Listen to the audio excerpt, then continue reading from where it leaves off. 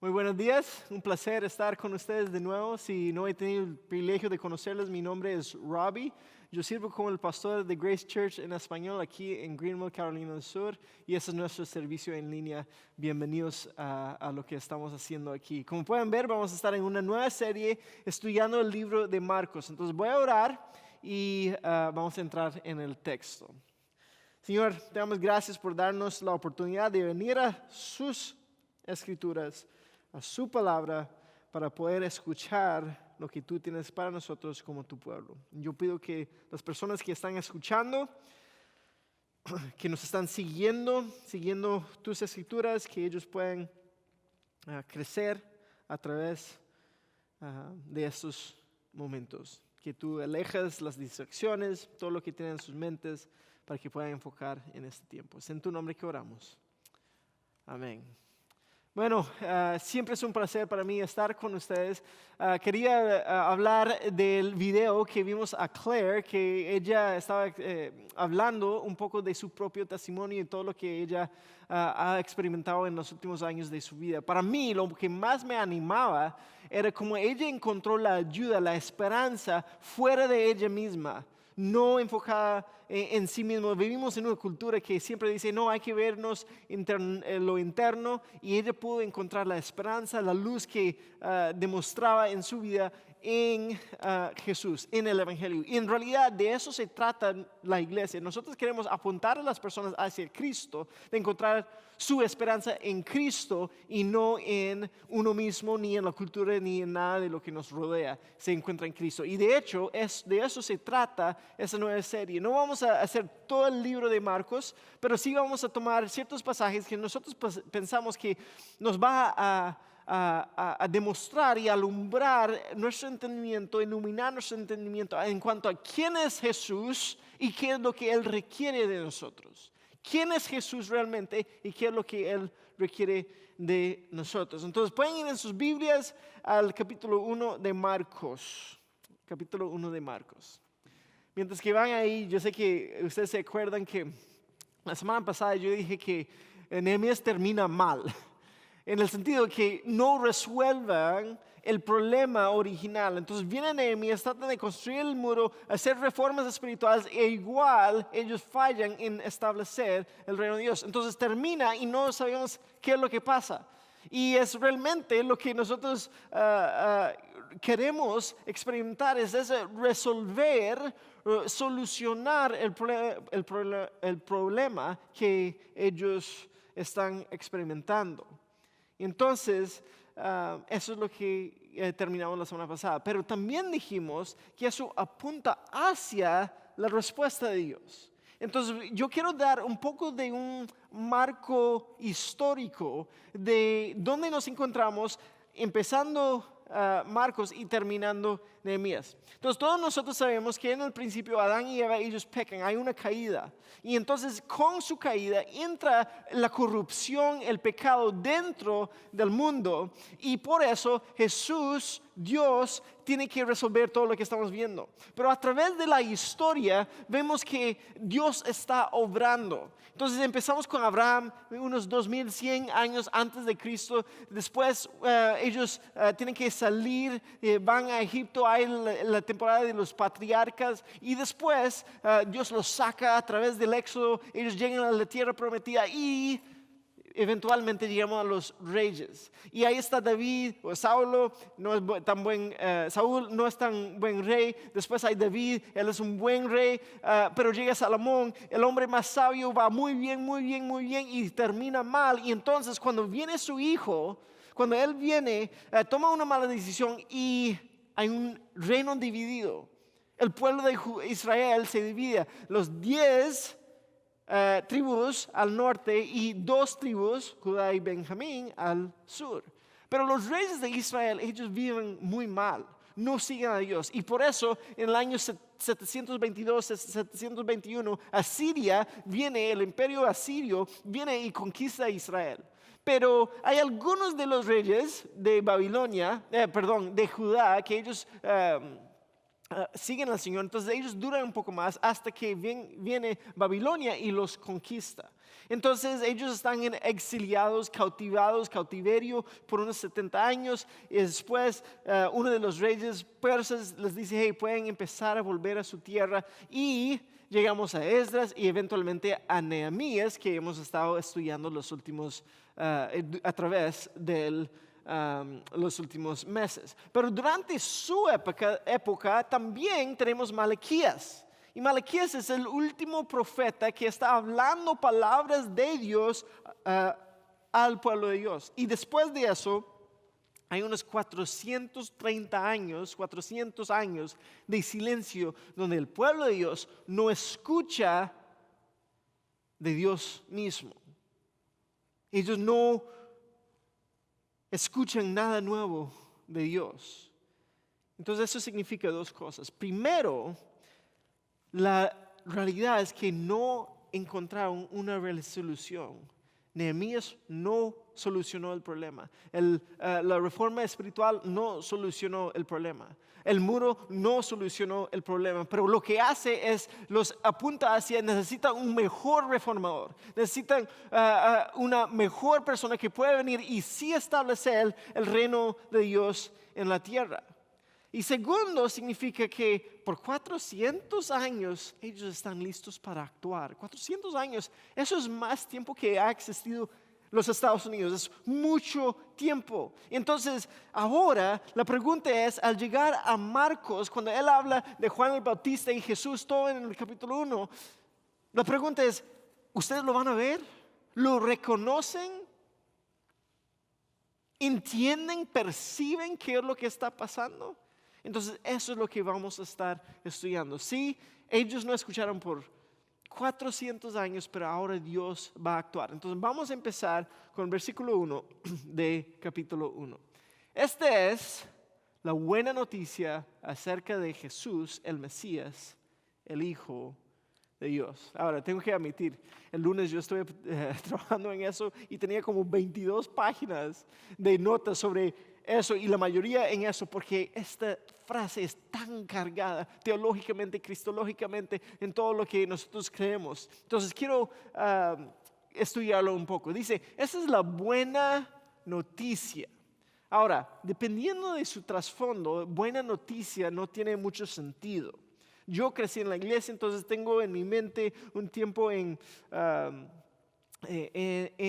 una escuela dominical donde estamos hablando del evangelio. Pero tendemos a pensar en el evangelio, las buenas noticias, eso es lo que significa evangelio, significa la buena noticia. Tendemos a pensarlo en términos personales, o sea, yo soy pecador y yo necesito un salvador y ese salvador es Jesús y eso está bien, eso es parte del evangelio. Es el centro, tal vez uno puede decir el evangelio. Pero cuando tratamos de sacar de nuestras mentes y entrar en las mentes de las personas que estaban leyendo este libro originalmente hace 2000 años, sacamos todo el estudio, el trasfondo teológico, toda la escuela dominical, empezamos a ver que él aquí está presentando el evangelio que se encuentra en el Antiguo Testamento. ¿Qué es esto?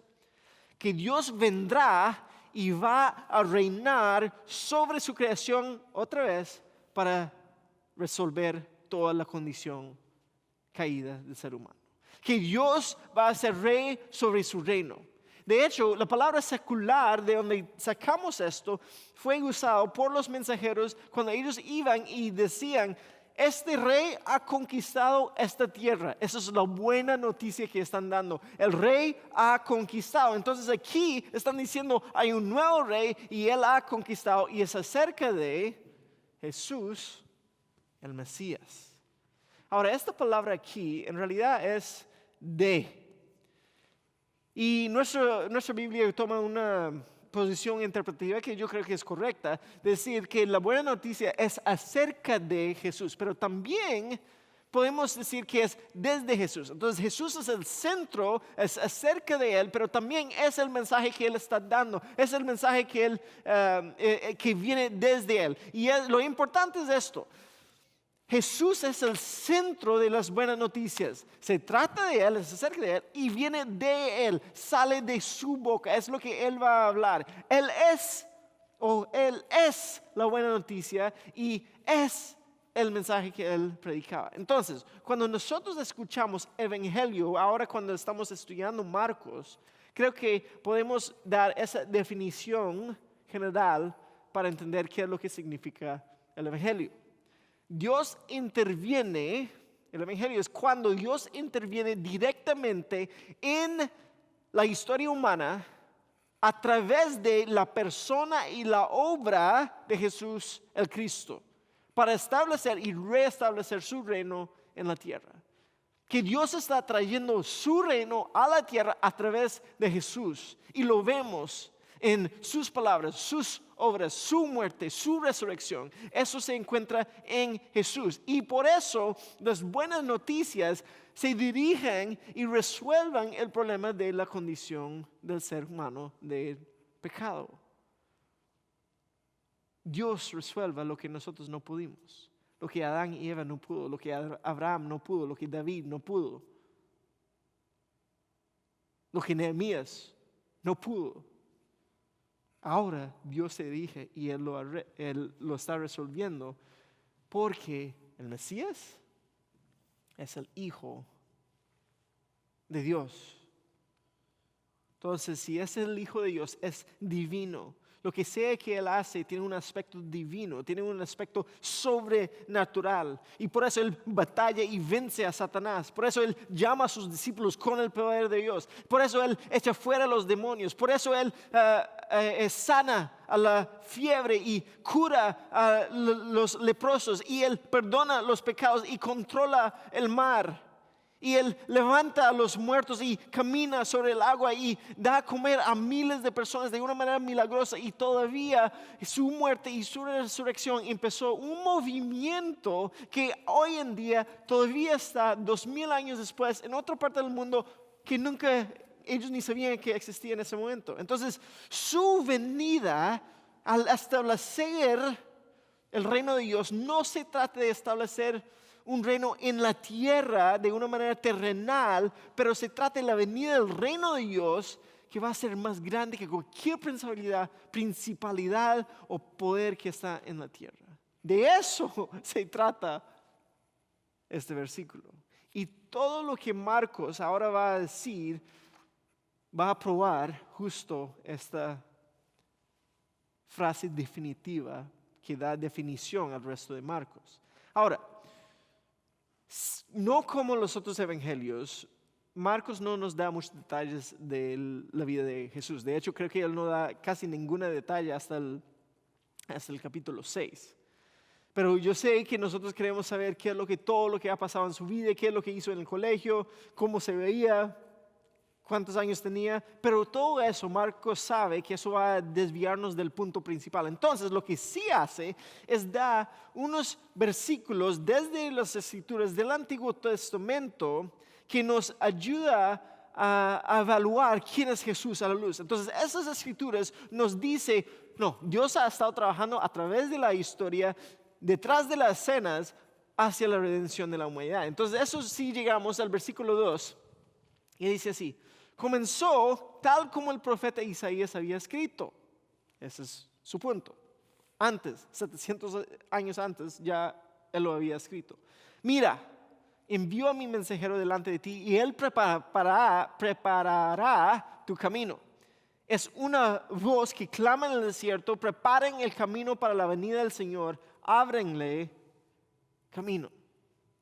Entonces aquí Marcos utiliza el Antiguo Testamento para conectar lo que Dios ya ha hecho y ha planeado desde mucho antes de Juan el Bautista y Jesús, las personas que vamos a encontrar aquí. Entonces vemos el primer personaje aquí. Ese mensajero, lo que Isaías había estado hablando, era Juan el Bautista. Estaba en el desierto y predicaba que la gente debía ser bautizada para demostrar que se había arrepentido de sus pecados y vuelto a Dios para ser perdonada. Toda la gente de Judea, incluidos los habitantes de Jerusalén, salían para ver y oír a Juan. Y cuando confesaban sus pecados, él los bautizaba en el río Jordán. Juan usaba ropa tejida con pelo rústico de camello y llevaba puesto un cinturón de cuero alrededor de la cintura. Se alimentaba con langostas, esas langostas del desierto, no del mar, y miel silvestre. Es una persona muy diferente. Y lo que tenemos es una persona que está a propósito rompiendo sus conexiones con la institución religiosa del tiempo. Él, como vive, donde vive, como predica, qué es lo que predica, lo que come, la manera que se viste, él no es normal, no es como los otros maestros y líderes religiosos del tiempo. Él no tiene algún estatus social. Más bien, Él está demostrando que hay otra manera de seguir a Jesús y a Dios, y es aún más difícil. De hecho, como Él se viste trae recuerdos culturalmente. Es como cuando nosotros andamos en algún lugar y alguien llega en la ropa indígena y uno sabe, oh no, esa persona se está identificando con lo de antes. Y ellos aquí, como Él vive, y Juan el Bautista, como Él vive, como come, eso es simbólico de Elías, el profeta del Antiguo Testamento. Entonces, la manera que él está, eso ayuda a las personas a decir, wow, esto sí es un profeta como lo de antes. Y si es un profeta de verdad, significa que el reino de Dios está cerca, es inminente, es cerca. Entonces, lo que él está predicando también es diferente. Está predicando el bautismo. No está hablando de un rito para purificarse, más bien él está hablando de confesión y arrepentimiento y perdón. Se trata de transformación, que voy a volver mi vida hacia Dios y Dios me va a perdonar. Eso es lo que él está anunciando. Pero no solamente eso, él también está anunciando preparación para el reino. Juan anunciaba, pronto viene alguien que es superior a mí, tan superior que yo ni siquiera soy digno de inclinarme como un esclavo, ni lo puede desatarle las correas de sus sandalias. Yo los bautizo con agua, pero Él los bautizará con el Espíritu Santo. Entonces Él predica arrepentimiento y cambio, pero también Él anuncia que viene uno más poderoso, viene uno más fuerte. Literalmente la palabra utilizada ahí es el fuerte, viene el fuerte, y es un nombre que encontramos en el Antiguo Testamento en griego para Dios. Alguien es más grande y su bautismo es más grande. Entonces el bautismo del agua de Juan es en preparación para la venida del reino de Dios. Pero cuando viene esa persona y bautiza con el Espíritu, lo está bautizando en el reino de Dios. Entonces tenemos a Juan aquí en el desierto, se viste diferente, come diferente, predica diferente, es un profeta, y aquí está diciendo, viene alguien más, alguien que yo ni puedo ni debo de ser esclavo a esa persona. Y todo lo que Juan hace y dice, en realidad prepara a las personas. Él está anunciando la venida del Cristo con la esperanza que sus corazones están preparados y van a ser que van a responder a eso. La pregunta entonces en el libro de Marcos es, ¿van a arrepentirse? ¿Van a ver, van a entender, van a percibir y van a responder que el Mesías, el hijo de David que ellos han estado esperando, lo van a reconocer y recibir o lo van a rechazar? Porque yo diría, es la pregunta para nosotros, ¿podemos nosotros ponernos dentro del esquema grande, el panorama grande de la historia para poder entender que nosotros como individuos y personas y como pueblo de Dios podemos llegar a tener un lugar en nuestros corazones donde decimos, yo sí reconozco a Jesús, yo sí percibo quién es Jesús, yo sí entiendo quién es Jesús, o vamos a constantemente rechazarlo a través de nuestro comportamiento o aún abiertamente? No lo creo, porque como vamos a ver aquí, Él viene con ciertas demandas cuando decimos que vamos a seguirlo. Y entonces, mientras que Él está preparando a las personas, Jesús mismo llega.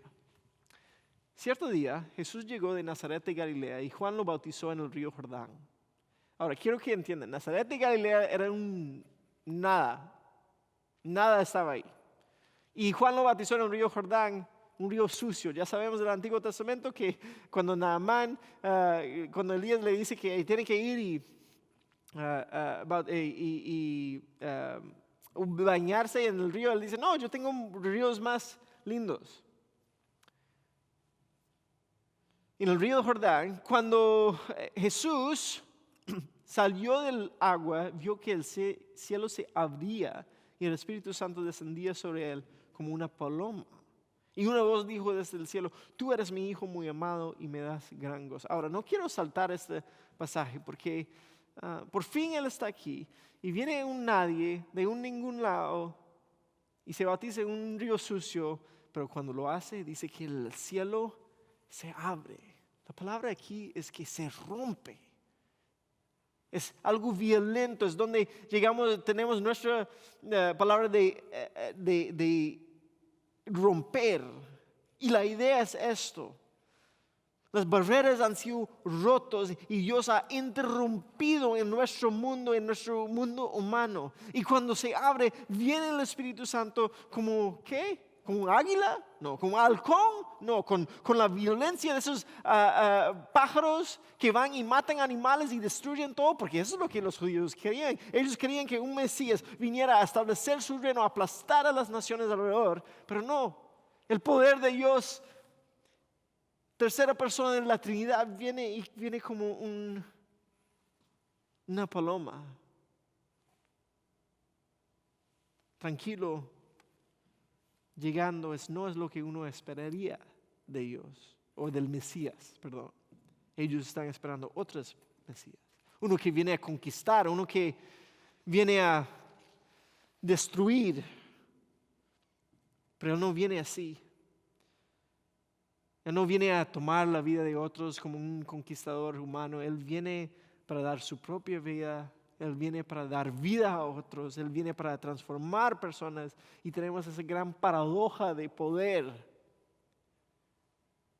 donde el ser más poderoso en todo el universo y fuera del universo, Él viene para ser esclavo. Tenemos el que tiene toda la autoridad y todo el control, y Él viene y se somete a otros. Y después tenemos una voz, dijo desde el cielo, tú eres mi hijo. Y Él afirma quién es Jesús para Él y que lo ama y que le da gran gozo. Y en eso vemos que está el Espíritu Santo, vemos que está el Hijo, Jesús, y vemos que esa voz es el Padre. Y entonces tenemos ahí manifestado la Trinidad. Dios en tres, en uno en tres. Y yo les he dicho eso antes. Por mucho tiempo la gente ha tratado de explicar eso y dicen, no, es como el agua, sólido, líquido, gas. Pero así no funciona Dios, porque eso solo puede existir uno a la vez. No pueden ser los tres a la vez. Son modos de existencia, no pueden existir todos a la vez. Otros dicen, es como el sol, la luz, el calor. Pero la luz y el calor no es el sol. Esos vienen del sol, pero no es el sol. Aún me han dicho, no, es como un huevo que tiene diferentes partes, la yema, la parte blanca y la cáscara. Pero Dios no está dividido en tres piezas. Y para ser sincero, yo no quiero tener un Dios que yo puedo explicar con un huevo. Está bien no entender a Dios. Es como una hormiga tratando de explicar a otro quiénes somos nosotros. Nuestro Dios no sería mucho un Dios si yo lo puedo explicar así. Pero el punto es esto. Lo que Jesús está diciendo es que lo que Marcos nos está diciendo es que Jesús es Dios. Hay algo sobrenatural. ¿Lo reconoces? ¿Lo ves? ¿Lo percibes? ¿Lo entiendes? ¿Lo aceptas? Y entonces el resto del libro de Marcos, él está hablando de cómo Jesús es Dios. Versículo 12, luego el Espíritu lo impulsó a ir al desierto, donde Jesús fue tentado por Satanás durante 40 días. Estaba la intemperie entre los animales salvajes y los ángeles lo cuidaban. Inmediatamente después el Espíritu lo lleva al desierto y es tentado. No nos da todos los detalles que da todos los otros. los otros evangelios. Pero una vez más, lo que vemos aquí es algo sobrenatural. No viene un demonio menor, viene Satanás mismo para tentarlo.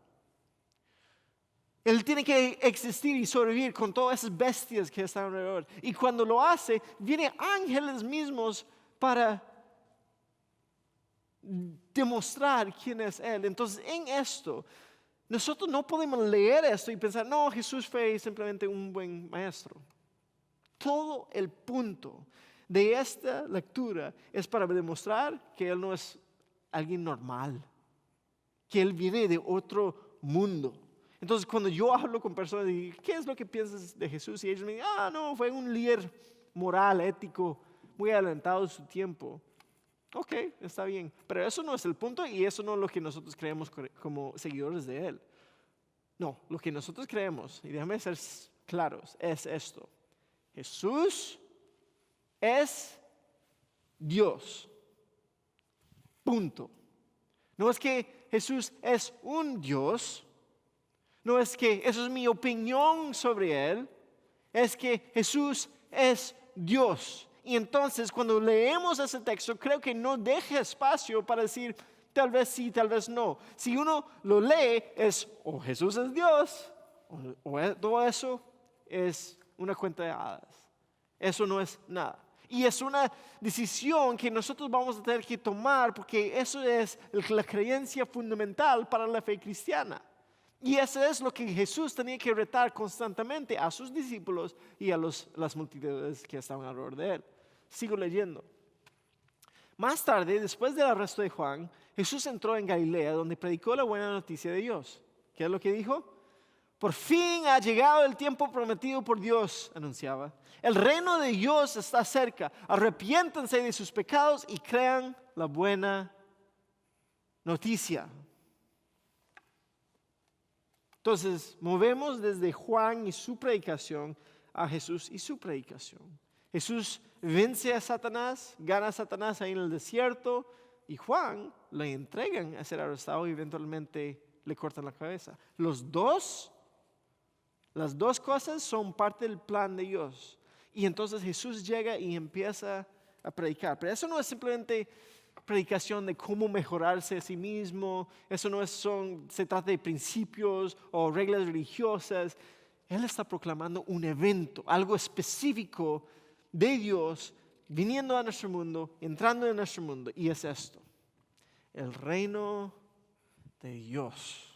Eso es el centro del tema de todo lo que vemos en el libro de Marcos. Hay un nuevo mundo de Dios entrando en el presente. Ya el tiempo de esperar para que Dios interviene en el caos que es el mundo, ya eso ha acabado. Él ha llegado. Él está diciendo, yo soy el centro de ese reino. Yo soy el rey. Y aquí viene, el reino. Ahora, pensamos rápidamente sobre ese lenguaje de reino de Dios. Tendemos a pensar en reino como poder, soberanía, dominio, opresión, pero para los que estaban en el Antiguo Testamento, los judíos, ellos pensaban en el reino también como un rey que demostraba misericordia y justicia. Entonces, en sus mentes venía el rey que iba a establecer, aplastar a los otros, vengarlos por las opresiones que han vivido, vengarlos por las injusticias que ellos han vivido. Y entonces ellos tenían que actuar de cierta manera para que ese rey viniera a salvarlos. Por eso ellos tenían que ser muy estrictos en cómo vivían. Y normalmente se veía en tres diferentes lados. Por un lado había los celotes militantes, bien militares, y ellos ellos tomaban armas y decían, no hay nadie que va a entrar, no hay ningún pagano que va a entrar aquí, vamos a pelear. Era mucho nacionalismo, que este país es de Dios y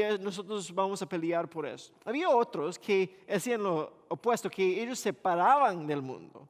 Y eran sectas como el de Qumran, donde encontramos los rollos que escribían, pero ellos decían, no, vamos a estar aquí en el desierto, vamos a esperar hasta que Dios venga con su ejército de ángeles y va a destruir a Satanás y su ejército.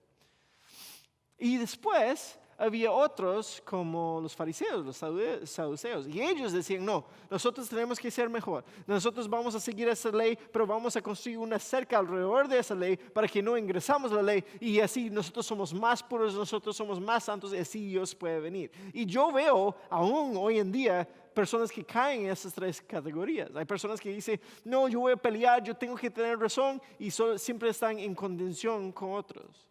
Hay otros que ellos dicen, no, dejan a los otros, ellos pueden vivir en su mundo, yo en el mío, todo tranquilo, yo me quedo aquí, yo alabo a Dios, pero no me involucro con otros. Y hay otros que creo que sería la mayoría, que es, no, yo voy a ser mejor, yo voy a mejorarme, voy a seguir esas reglas. Pero lo que Jesús viene y dice, no, no se trata de nosotros, ya no se trata de ustedes haciendo algo, no, Dios es quien trae el reino y Él lo va a traer a través de mí. Entonces Él trae un reino muy diferente. En su reino hay misericordia y perdón, hay sanación, hay restauración. Tiene las buenas noticias para los oprimidos y para los enfermos y para los que son poseídos y para los impuros y para los que son desechados. Es un reino que en realidad eso reta al separatismo y reta al legalismo y reta al nacionalismo. Ese es el reino que Jesús está anunciando. Y por eso Él dice, así que ya que está cerca, ya que el rey está aquí, por eso el reino está aquí, así que arrepiéntanse de sus pecados y crean. Hay pasos de acción. Hay que recordarnos que cuando llega el rey, tú ya perteneces al reino. En el sentido que en esos tiempos, si llegaba un rey, conquistaba tu tierra, ellos no decían, si te da la gana, puedes someter a él. No, ya que él es el rey, tú tienes que someter a él. Y eso es lo que estábamos viendo aquí. Hay una demanda implícita. Dios es el rey, deberíamos arrepentirnos, someter a su reino y confiar que Él está haciendo lo que ha prometido hacer. Ahora, si nosotros ponemos nuestra fe en Cristo, ese es el mismo reino que nosotros pertenecemos. Jesús viene, anuncia el reino de Dios y trae el reino de Dios. Y la verdad es que nosotros no construimos el reino de Dios con nuestros recursos. Nosotros no avanzamos el reino con nuestros programas. Nosotros no somos los que hemos coronado a Jesús como el Rey o como el Cristo, el Señor. Dios lo hizo. Y el reino de Dios en la tierra no depende de nuestra obediencia débil, flojo. Nosotros no traemos el reino de Dios al mundo, pero Él escoja traernos a nosotros a su reino y nos ayuda a ser transformados al depender más y más en Él. Lo único que nosotros podemos hacer es decidir si yo voy a estar con Dios o en contra de Dios, o si voy a estar con Satanás y en contra de Satanás. Si yo voy a arrepentirme o no voy a arrepentirme como respuesta a la iniciativa que Dios ha tomado para nosotros. Y entonces el resto del libro vemos cómo Jesús está trayendo las buenas noticias del reino de Dios y entonces Él llama a los otros que lo siguen. Uno llega al versículo 17 y dice así: Jesús los llamó, Él ve a Andrés y Pedro, ahí están pescando y va y les dice: vengan, síganme y yo les enseñaré cómo pescar personas. Y enseguida dejaron las redes y lo siguieron. Vemos que Él viene con el mandato de Dios, hablando como Dios. A través de Marcos, Él da ciertos mandatos y los que lo reciben tienen que responder. Ve el espíritu impuro y Él dice: hey, cállese, sale Él. Y salen. Hay una tormenta y Él le dice a las olas y el viento y dice: hey, cállense. Y se va. Ve una niña muerta y dice: hey, levántase, y ella se levanta. Hay alguien que no puede escuchar, oír, es sordo, y Él dice: ábrense los oídos, y se abren. Eso es lo que Él está haciendo. Entonces Él manda y dice: vengan, síganme. Y eso crea obediencia en las personas, que los compela, que los empuja, que los motiva a seguirle a Él a pesar de lo que ellos tienen que sacrificar: su identidad, su negocio, su familia, su aldea, lo que sea. Y la primera parte de ese llamado es que Él dice: vengan, sigan. vengan, sigan. En ese tiempo no era normal que un rabí iba para llamar a personas. No, si yo quería aprender de un rabí, yo iba, hablaba con él, aprendía de él. Después, cuando no quería seguirlo, yo iba a otro. Él dice, él no deja espacio para eso. Él simplemente dice, hey, vengan, sigan. Y después él dice, síganme a mí. Los profetas nunca decían, síganme a mí. Ellos decían, sigan a Dios. Los líderes religiosos no decían, síganme a mí. Ellos decían, sigan a lo que dice el Torá, lo que dice en la ley. Entonces en eso él está diciendo, yo soy Dios, que me sigan. Y ellos tienen que responder de inmediato. Y para nosotros es el mismo llamado. Incluso yo diría, lo que significa seguirle a Jesús es dejarlo dirigirnos, dejarlo liderarnos. No viene de nosotros. Hay que ser liderado por Jesús a través de nuestras vidas. Creo que he contado esta historia antes, pero cuando tenía como 10 años viajé con mi papá a Brasil. Y ahí nos llevaron a uno de los partidos clásicos entre dos equipos de São Paulo, Brasil. Y nosotros no sabíamos en ese momento, pero wow, toda la multitud estaba súper emocionado y obviamente con mucha emoción y con mucha energía, y había borrachos por todos lados. Y allá para el final del partido ya se notaba que la tensión era muy alta y empezaban a pelear, y salimos y había una gran multitud y estábamos tan pegados, y yo tenía una gorra en mi cabeza, estábamos tan pegados que mi gorra estaba aquí enfrente de mi cara, no podía ver hacia adelante, solo hacia los lados, estaba pegado en la espalda de mi papá, y lo único que yo podía hacer era agarrar a la mano de él que estaba atrás. Él era un poco más alto, entonces podía ver, pero yo en ese momento yo no podía hacer nada como un niño de 10 años en medio de todo lo que estaba haciendo. Lo único que yo podía hacer era agarrar la mano de mi papá y dejar que él creara un camino para seguir. Que yo tenía que confiar en él, no podía ver, tenía que seguir. Y cuando Jesús nos llama a seguirnos a nosotros, no es bajo nuestra habilidad, no es en nuestras fuerzas. Nosotros no podemos hacer lo que él hace. No se trata de qué es lo que diría Jesús, así yo lo voy a hacer. Se trata de decir, Jesús, yo te necesito que me lidera, que me ayudes a seguirte.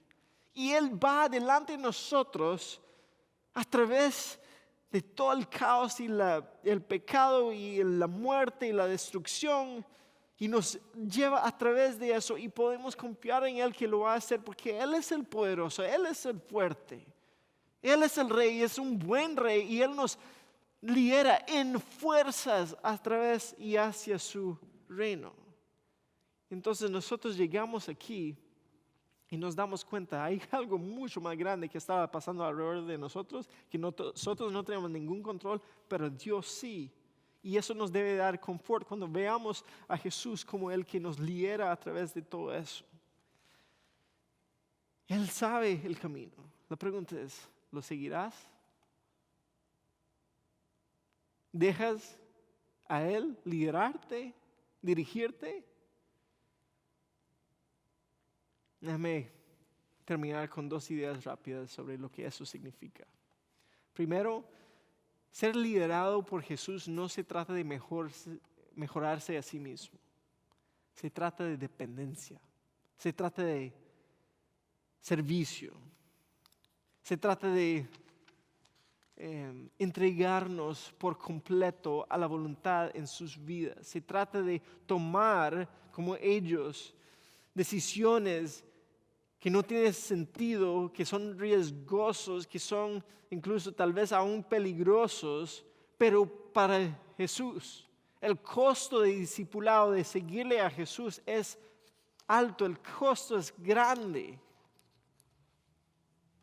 Porque se trata de negarse a sí mismo y sacrificar nuestro tiempo, energía y recursos para que nosotros podamos dirigir a otros a Jesús, para que Él también los pueda dirigir a ellos. Se trata de dependencia. Y por último, se trata de que Jesús va hacia un lado. Y Él tiene un propósito, y su propósito es eterno y infinitamente mejor que cualquier otra cosa que jamás podríamos aún pensar o imaginar.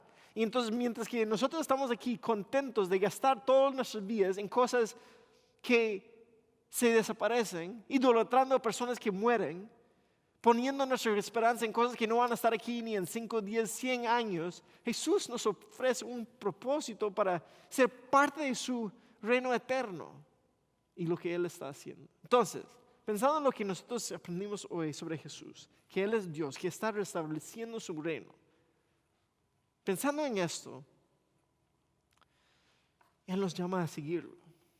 Y para los que no han puesto su fe en Cristo, yo les diría, yo espero que lo que escucharon hoy les pone en una posición donde por lo menos tienen que considerar la posibilidad que Jesús es más de lo que tú pensabas antes de entrar en este cuarto o antes de escuchar esto en línea.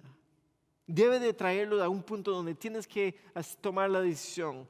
¿Creo que Jesús es Dios o no lo creo? Si no lo crees, sigues viviendo su vida como Él. Pero si lo crees, tiene implicaciones de seguirlo.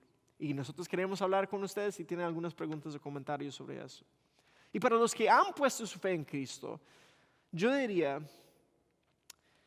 que esas mismas verdades deben de ayudarnos a examinar si podemos ser más fieles, si podemos tener más discernimiento, si podemos dar más de nuestras vidas para seguirle a Él, para dejarlo liderarnos a nosotros, porque Él es el Rey y trae su reino. Señor, te damos gracias por esas verdades que nos convencen de cómo hemos fallado, pero también nos da gran esperanza y gran confort, sabiendo que tú eres el encargado sobre todo. Yo pido que esas palabras puedan entrar en los corazones de las personas que están escuchando mi voz hoy, para que ellos puedan entregar sus vidas sin condiciones. Entregar sus vidas sin condiciones, porque tú eres el Rey y ese es tu reino. Señor, eso es más grande que cualquier cosa que podamos imaginar.